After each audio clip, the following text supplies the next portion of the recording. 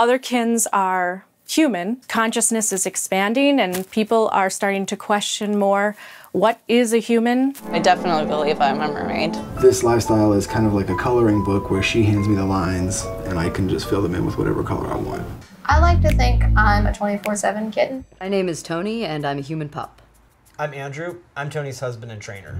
Today's topic is trans species. Yes, this is an actual thing, an actual issue, and it is growing in popularity.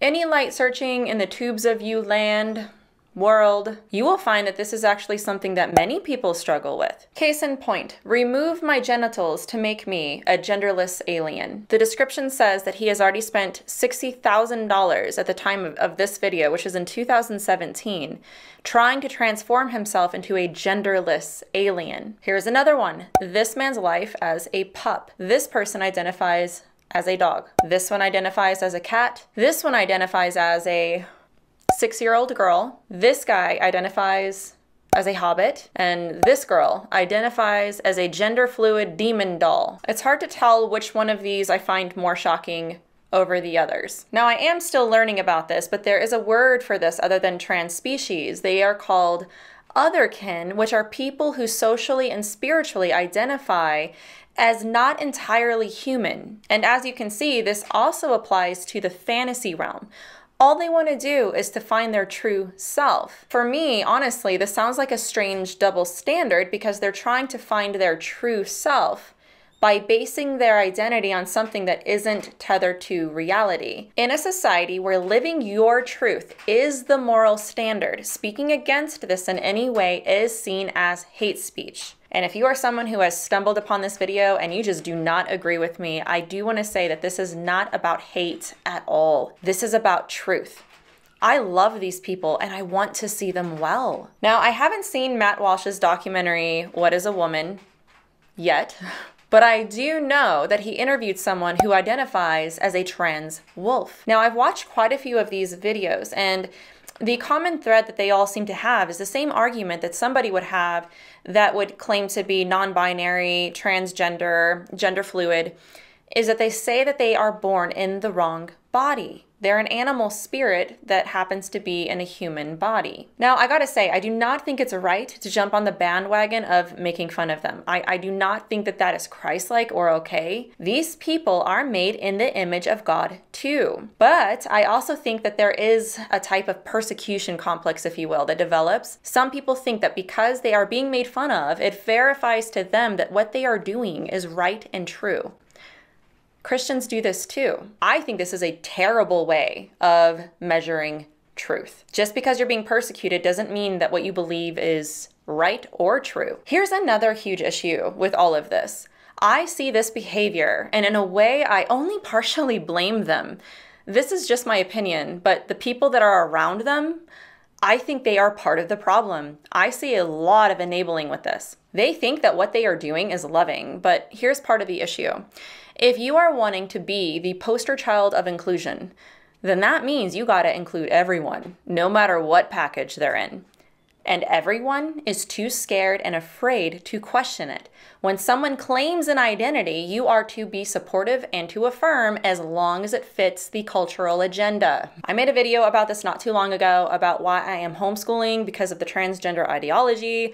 And if you can't tell, I am very vocal about my disagreement with this gender ideology and the stuff that's coming with it. Whenever someone embraces a worldview, as I mentioned before, you end up having to be consistent with it. So if your worldview says that people can have fluid genders, there's a gender spectrum, and you're not to judge someone by how they feel on the inside, who their true selves are, then you're going to have to be consistent with that, and you have to affirm someone who identifies as a non-human or partial human. It makes me wonder if at some point we will not be asking what is a woman, but what is a human? I mean, we're already there with the abortion debate, but again, I digress. This is what I'm going to call toxic inclusion. This is the end game for those who get what they want with their inconsistent inclusivity and equity. What used to be a rare and isolated incident of someone having inner emotional or mental issues has now become trendy. It's been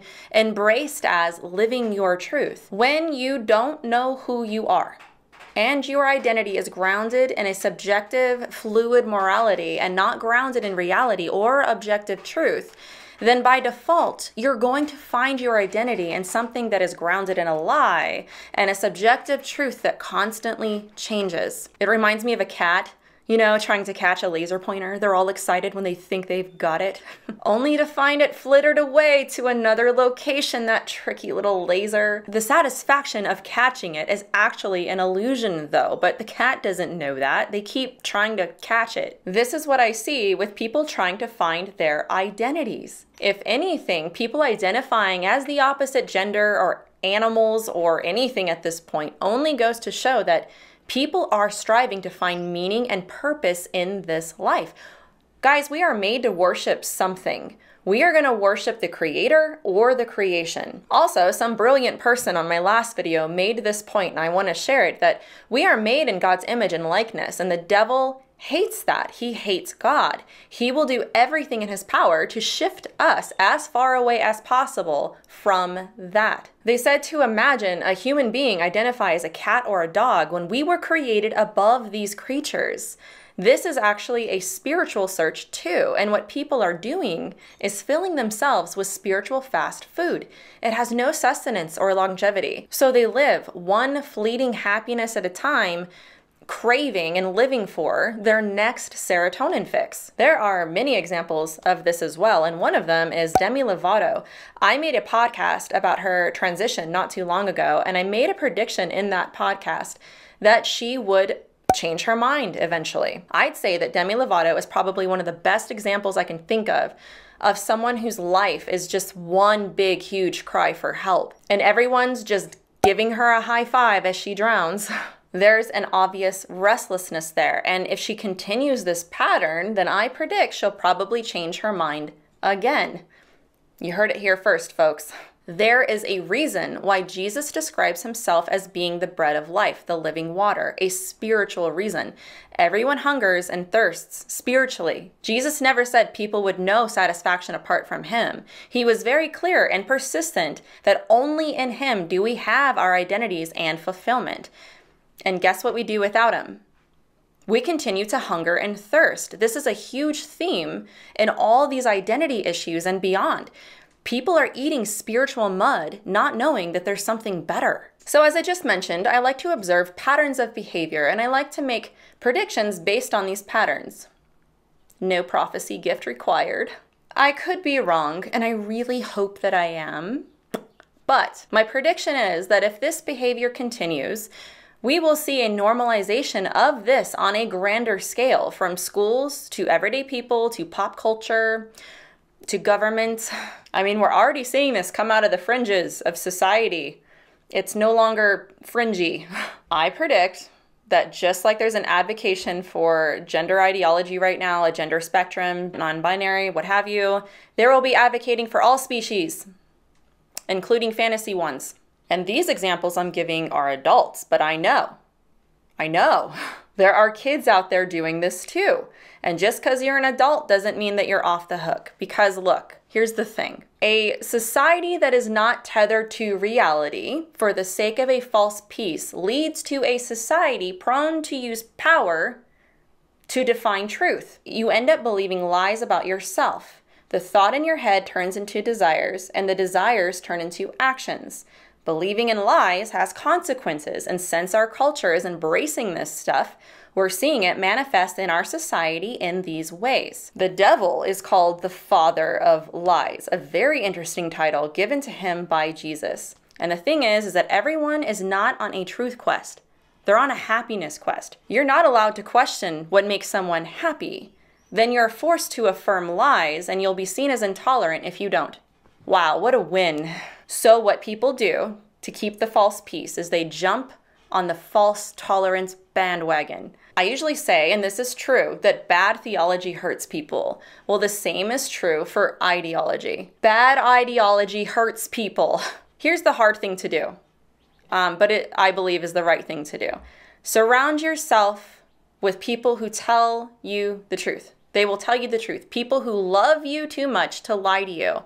And not just any truth either. Truth that is in line with God's word. Love delights in truth. It does not delight in your truth. Also, in my last video that I did on this, I was shocked at how many of you said that this was going on in schools in your area.